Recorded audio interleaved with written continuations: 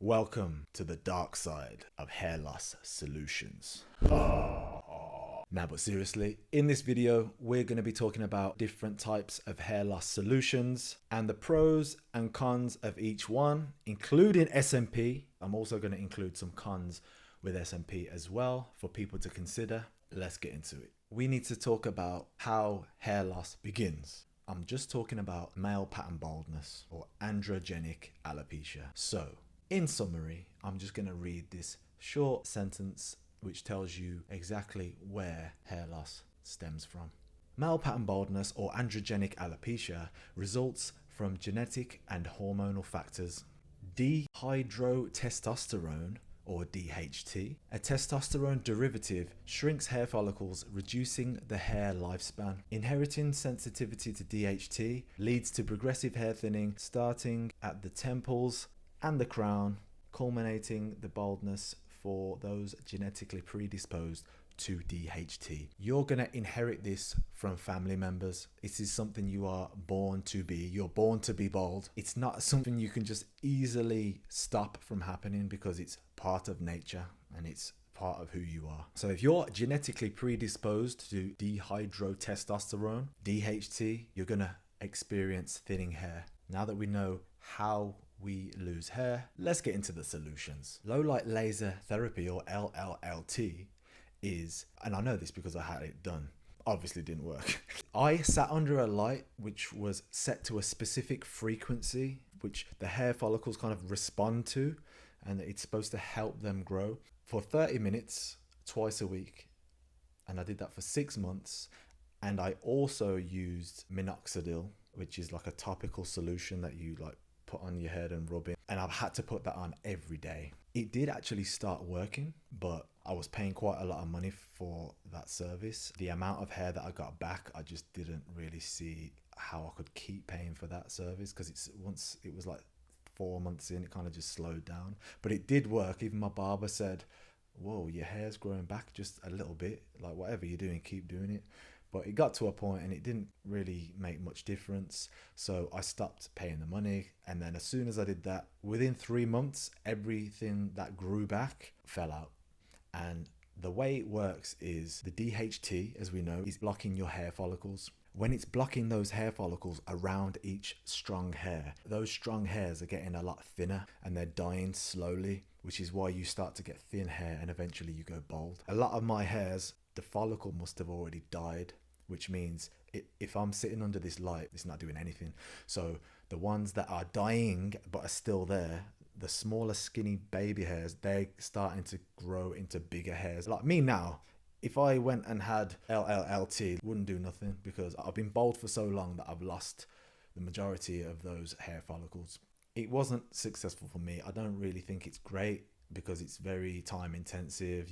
I bought a little gadget off eBay to try and like cut the costs. I sat there with it over my head. It didn't do nothing. Like I said in the beginning, it did work. I don't know how much of that was the minoxidil topical solution or the laser that was making the hair come back and bring the hairs back, but it wasn't great. Some people might have had a great time with that. You comment and let me know if you've done that, but wasn't great for me. Medications. You can have topical solution. As I mentioned before, I was using the minoxidil, which I put on, I think it was twice a day, but at least once a day. I know in the morning I put it on, rubbed it into my scalp. The one that I used, Rogaine or Regain, that created what looked like dandruff for me. So it really annoyed me because it just looked like I had dandruff all the time. I put it on and it would go a bit dry. I didn't enjoy doing that, but it did start to bring back those hairs that were dying a little bit. So I was like, yeah, I'm gonna keep using it and just pick out the little dandruff pieces and whatever as I see them, but I'm glad I'm not using it anymore, let's just say that. And finasteride, this is something I have not touched. There's another name for it called Propecia, and I would not touch once I found out that, at least when I looked into it, 20 to 30% of people that use finasteride or Propecia tablets have problems with their manhood, aka getting it up.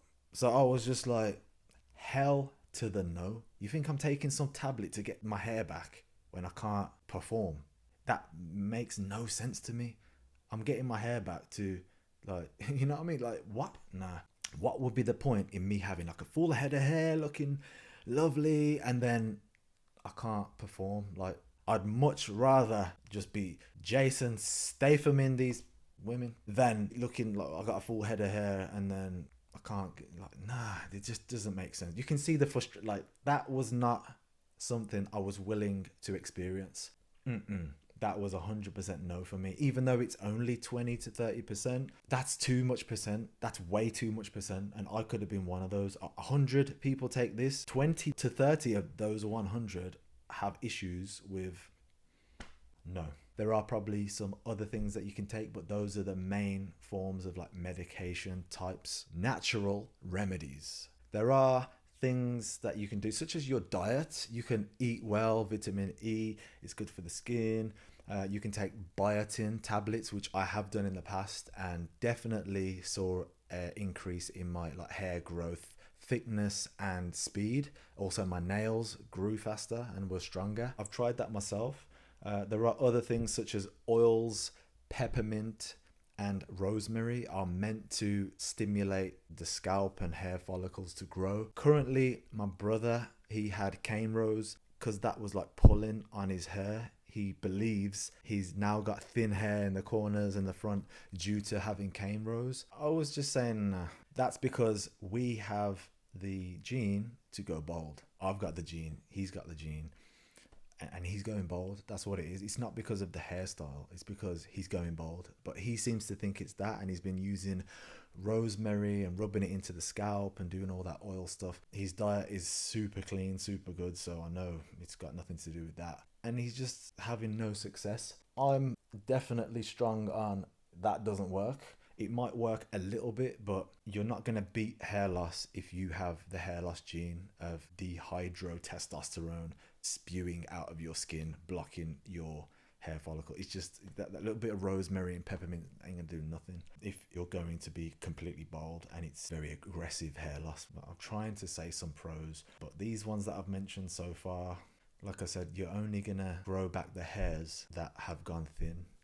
If you've lost some hair follicles because it's just completely died, like they're gone, they're not coming back. I'm so sorry. There's only so far you're gonna get. So for me, there aren't really any pros apart from getting slightly thicker hair, which I guess that's a pro, but we're talking about beating hair loss here, not just getting more thickness, you know what I'm saying?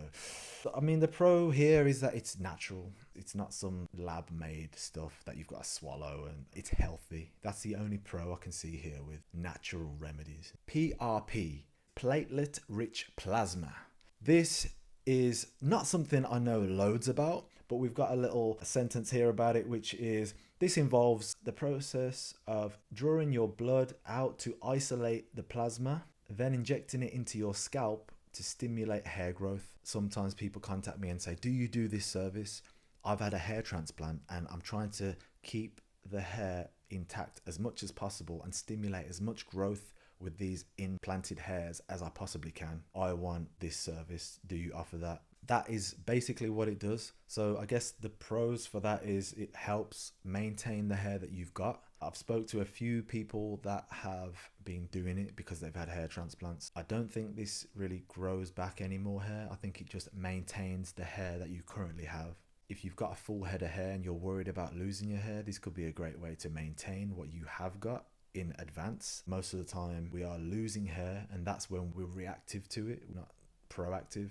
It's expensive, not something that is like a big winner in my opinion. Of course, if you have this, comment below, let me know your experience, let me know how much you're paying for it, how much you believe in it. For me, I don't think that is something that's gonna really perform miracles. Wigs and hair pieces. So some people are probably thinking, ugh, I don't want to wear a wig, that's not even attached to me, but they do glue it down and some of these pieces can last for 2 months before you have to change it. This is a solution that I can see it does work.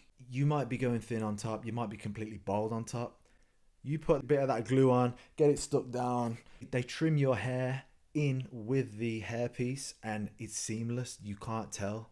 That hairpiece is stuck on, it's not going anywhere. Now it can come up, it's real hair, it's thick, and it's seamless and you can't really tell. Like if you pay good money for it, which is I guess one of the cons because it's expensive, but it is gonna look great. There's not really much better than that because it's such thick hair.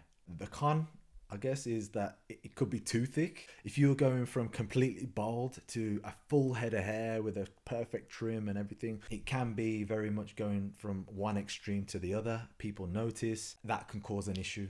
Another con is, like I said, it's expensive. If you're going to a salon to get this done, you can also fit them yourself and save a lot of money. But most of the money you're paying is for a good quality unit, as far as I know. Like fitting them is like the small portion of the money. The actual unit is the bulk of the like hundreds to £1,000 that you could pay, depending on where you go. You can do your own research with that if you're interested. If you sweat, it can start lifting and come up, and that can be issues if you're doing contact sport, jiu-jitsu or something like that. It can be grabbed, it can be messed with, it can come up, it can come off. So although that glue is very strong, it can come off. Like it's not just there regardless if that happens. So there is a maintenance involved in that, which is obviously time consuming as well. If it starts flaking up, you've got to book another appointment and get that sorted at whatever cost they charge and however much time it takes you to get that done. That to me is the first one of all these ones I've mentioned that is a viable hair loss solution. That was the first one that I'm kind of like excited about. Not perfect. None of them are, by the way, but we're getting somewhere now with that one. So that might be one that you actually want to consider. Now, hair transplants. Technically, this is at the top because it's real hair. It's your own hair. You can't get no better than that, right? It's literal hair that you never had growing again in your scalp where you were bald. What I find, because I'm an SMP artist, I see the bad side of hair transplants, which is basically they take hairs that are growing thick around usually the back and sides of your head. They pluck them out at the hair follicle root. They take out thousands of these and then they create little holes in your head which you want to implant these hairs. And then you hope that they all stay over the course of 12 months where they're in their different phases of growing. By the end of the 12 months, you can see what you've got left out of those re-implanted hairs, and hopefully you've got a full head of hair and you don't look bald. I don't really need to go through the pros because the pros are you're not bald anymore. Like it should be the daddy, right? On the outside, that's what we see. Wayne Rooney had a hair transplant when he was in the World Cup in, I don't know when it was, I don't follow football, but one big match he was in there and the commentator was saying, wow, it looks like he's had a hair transplant and his hair looks a lot thicker.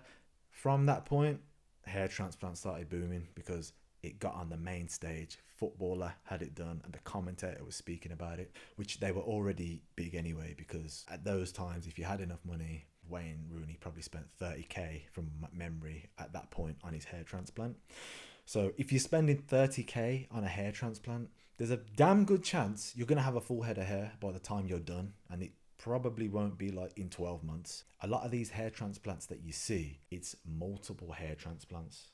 I met a guy who has had 6 hair transplants and he was planning his 7th hair transplant. 7 hair transplants. This isn't something that I really heard about before I got into the hair loss industry. I just assumed, like probably 99% of everybody else, that you're thinning hair or you've lost your hair, you have a hair transplant, and the price is dictated by where you go and who you see, right? So if it's a big time Dr. Miami, then you're going to pay 30k.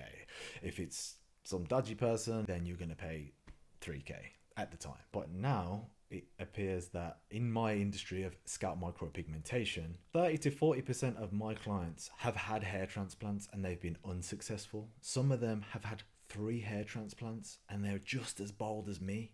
Seeing that, it's not what I thought a hair transplant would be. Now I know things can go wrong, but the amount that I've just had myself as one person out of tens of thousands of scalp micropigmentation artists around the world. It's a lot. You're obviously not sold on when you speak to a hair transplant provider. They're not going to talk down on a hair transplant like, oh, it's probably not going to work and you might need to get SMP. They might mention it like if you don't get the density. Me having seen all the bad side, right? So even speaking to my clients, you go on my page and you see like some of them can be quite harmful and it just isn't enough. You have to come and have another hair transplant, maybe another one. It depends how your skin heals and how the hair stays put and how it's treated over the course of 12 months. There's like a shedding period where the hairs shed automatically. Some of them just drop out and your skin just rejects the hair. Most of the time you're going to get told all of this in your consultation, right? But it's not looking as great as Wayne Rooney having a hair transplant and it's all looking thick. It's not all glitz and glamour. Someone having 7 hair transplants, and even that guy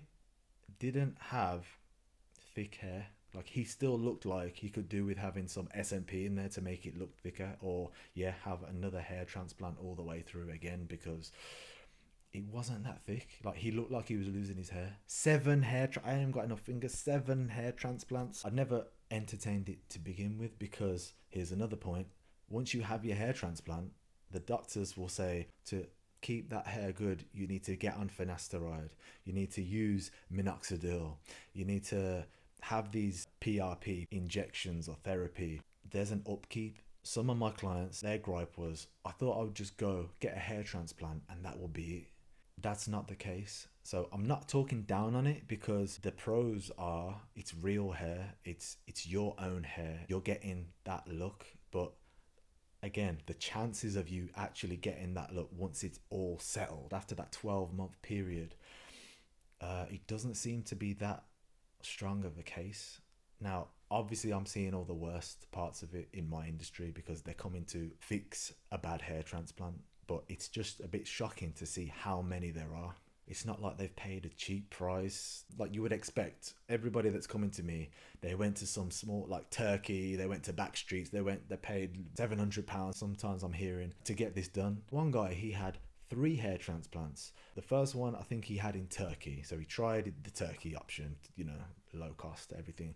It didn't work out, meaning he didn't have much hair left after they all fell out. He was thinking, right, okay, I'm gonna go to a different country, maybe I'll have a better time. So he went to Dubai, glitz and glam central, right? He spent a bit more money, he had the hair transplant done, same thing, not much hairs left again. So this time he's like, you know what, I'm just gonna go London. The laws and restrictions are going to be like the highest in the UK. They must get this right this time. A total of £10,000 spent, hardly any hair on top. He just looked like a guy that had just literally lost all his hair and just had a few little whispers left on top if he didn't shave it. When I saw that, it kind of blew me away, because that guy had been to 3 different countries with different regulations, different doctors, and he paid good money for each one relative to like where he was getting it done. So it just goes to show that sometimes it can just be your skin that is rejecting it. It's not to do with the quality of the job done or stuff like that. There's too many variables. For me, there's too many variables with that to make it a one-stop shop. Where I think it does do really well is where if you're the type of person that's just losing hair on those corners and at the front, and you've got a good amount at the back from like the middle, and like your crown isn't too bad, it looks pretty good. If you need to, you can have another hair transplant, but then you're losing a lot of hair from the back and you've got a lot of scars left all through the back. Obviously, if you go on my page, you'll see clients that have got scars on the back of their head that want them covered up with SMP, or they're going to get around to it, but they're getting the top filled in first. Those scars, they can be quite gruesome, some worse than others. I mean, I had one guy who was so insecure about his scars, he just always wore a hat even though he had pretty decent hair on top, and he didn't want SMP at the top at all. He was just like, yeah, I'm cool with that, my hair looks cool. And he was one of those guys that just had the front done, and it did come out pretty good. So he had his SMP done to fix the scars, and couldn't be happier, because he'd had, in my opinion, the best case for a hair transplant, just the front, and he'd had the back scars filled in with SMP. He keeps it on a skin fade, so all the other hairs are at skin level. That was successful. So it's not like it doesn't work. There's so much stuff to think about. Upkeep as well on top of that. It's just something you need to be very careful of, because if you go to one of these companies that are selling it, of course they're going to make it seem like, yes, don't worry, it's their job to do that. Like, they're not in the wrong for doing that. You just gotta bear that in mind when you're looking into this. And now, the daddy of now I'm joking. And now the next one is scalp micropigmentation, or SMP, which is my specialty. I am an SMP artist. I love what I do, and this goes with every situation. If you are suffering from male or female pattern baldness and it runs in your family, and you've lost your hair like me, you can have SMP to bring back that look of a hairline, and it blends in with your existing hair on the sides. You just keep it shaved. Boom. Job's a good one. If you want that short hair look, you've got it. Now, if you want the long hair look, you might want to mix that in with a hair transplant. So you go get a hair transplant. You know it's not going to have the greatest density, because this part of the head where they've lost hair, a lot bigger of an area than the part where it is growing. Without taking all of that hair and putting it there, you're not going to get great density. It's just like simple maths. In that situation, you can get a hair transplant and you can have SMP to mix in with it, and you get the best of both worlds. And arguably that is the best situation. A lot of my clients now are saying, I've had my SMP and my next step is I'm going to get a hair transplant. From what I can see, that is the best solution if you want the ultimate amount of thick appearing hair. You have your SMP done first and then you have your hair transplant. Why do you have your SMP done first? Because after your SMP, you only need to wait 2 weeks and then you can get your hair transplant done. If you have a hair transplant, then you need to wait 9 to 12 months before you can get anyone working on your head. There might be people that'll do it, but you shouldn't work on that skin because it's going to have a lot of trauma from pushing in all those hairs. It's basically scar tissue that is different skin to regular skin. It needs a chance to settle down.